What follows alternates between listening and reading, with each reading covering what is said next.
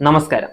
Hema committee റിപ്പോർട്ടിന് പിന്നാലെ നടി ഷക്കീല നടത്തുന്ന തുറന്നു പറച്ചിലുകൾ ശ്രദ്ധേയമായിക്കൊണ്ടിരിക്കുകയാണ്.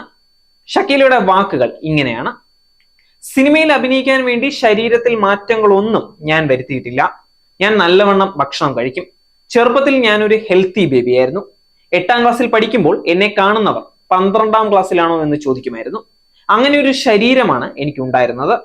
എന്റെ ബ്രസ്റ്റിന് ഹോർമോൺ ഇഞ്ചക്ഷൻ എടുത്തിട്ടുണ്ടോ എന്നൊക്കെ ആയിരിക്കും ആളുകൾ ചിന്തിക്കുന്നത്. അങ്ങനെയൊന്നും ഞാൻ ചെയ്തിട്ടില്ല. ഇതെല്ലാം ഒറിജിനൽ ആണ്.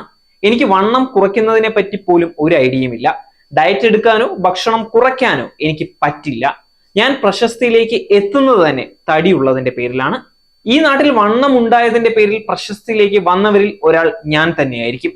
അങ്ങനെ ഒരു അംഗീകാരം ഷക്കീലയ്ക്കുള്ളതാണ്. ഞാൻ വേറൊന്നും ചെയ്തിട്ടല്ല ഇങ്ങനെ ഉണ്ടായത്. പണത്തിന് വേണ്ടി ശരീരം വിൽക്കേണ്ടി വന്നിട്ടുണ്ട്. എത്ര തവണയെന്ന് എനിക്ക് എണ്ണാൻ പറ്റിയിട്ടില്ല. എന്നാൽ ഇപ്പോൾ അങ്ങനെ ചെയ്യാറില്ല. ഇതൊക്കെ നടന്നത് 96, 97 കാലഘട്ടത്തിലാണ്. 99 അവസാനത്തിൽ കിന്നാരത്തുമ്പി എന്ന സിനിമ ഇറങ്ങി. അവിടെ നിന്ന് ഒരു സ്റ്റാർട്ടപ്പ് കിട്ടിയതോടെ പിന്നെ എനിക്ക് അങ്ങനെ പോകേണ്ടതായി വന്നിട്ടില്ല. സിനിമയിലെ ഹീറോയും ഹീറോയിനും ഒക്കെ ഞാൻ തന്നെയാണ്. അങ്ങനെ എന്തെങ്കിലും അഡ്ജസ്റ്റ്മെന്റ് ചോദിച്ചാൽ ഞാൻ ഡേറ്റ് കൊടുക്കില്ല. അന്ന് സിനിമയിൽ എന്റെ ഒരു ദിവസം മതി അവർക്ക് ആ സിനിമയെ വിൽക്കാൻ. എന്നോട് ആരെങ്കിലും മോശമായി പെരുമാറിയാൽ ഞാൻ പോടാ, ഡേറ്റ് ഇല്ല എന്ന് പറയും. അതുകൊണ്ട് ആരും അങ്ങനെ എന്നോട് സമീപിക്കാറില്ല. അന്ന് എന്റെ ഡേറ്റിന് വേണ്ടി പ്രതിഫലം ഇരട്ടിയാക്കുന്നവരുണ്ടായിരുന്നു.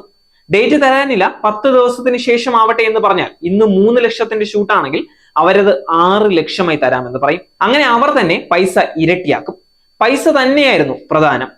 17കാരനും 60കാരനും ഒക്കെ ഷക്കീലയുടെ ശരീരം കാണാൻ വേണ്ടിയാണ് അന്ന് തിയേറ്ററുകളിലേക്ക് വന്നതെന്ന് പറയാൻ പറ്റില്ല. രേഷ്മ, മറിയ തുടങ്ങിയ സുന്ദരി കുട്ടികൾ വേറെയും ഉണ്ടായിരുന്നു. അവരെ കാണാനും ആളുകൾ വന്നിട്ടുണ്ടാവും. അതുകൊണ്ട് ഷക്കീലയെ മാത്രം കാണാനെന്ന് പറയാൻ പറ്റില്ല.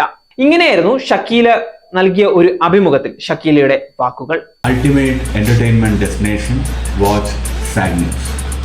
നേരിന്റെ വാർത്തകൾ നിങ്ങളുടെ വിരൽത്തുമ്പിലെത്താനായി സാഗ് ന്യൂസ് ചാനൽ സബ്സ്ക്രൈബ് ചെയ്തും ഷെയർ ചെയ്തും ഒരു ശരിയായ മാധ്യമ നിലപാടിനൊപ്പം നിൽക്കാൻ ഞങ്ങൾ നിങ്ങളെ ക്ഷണിക്കുന്നു.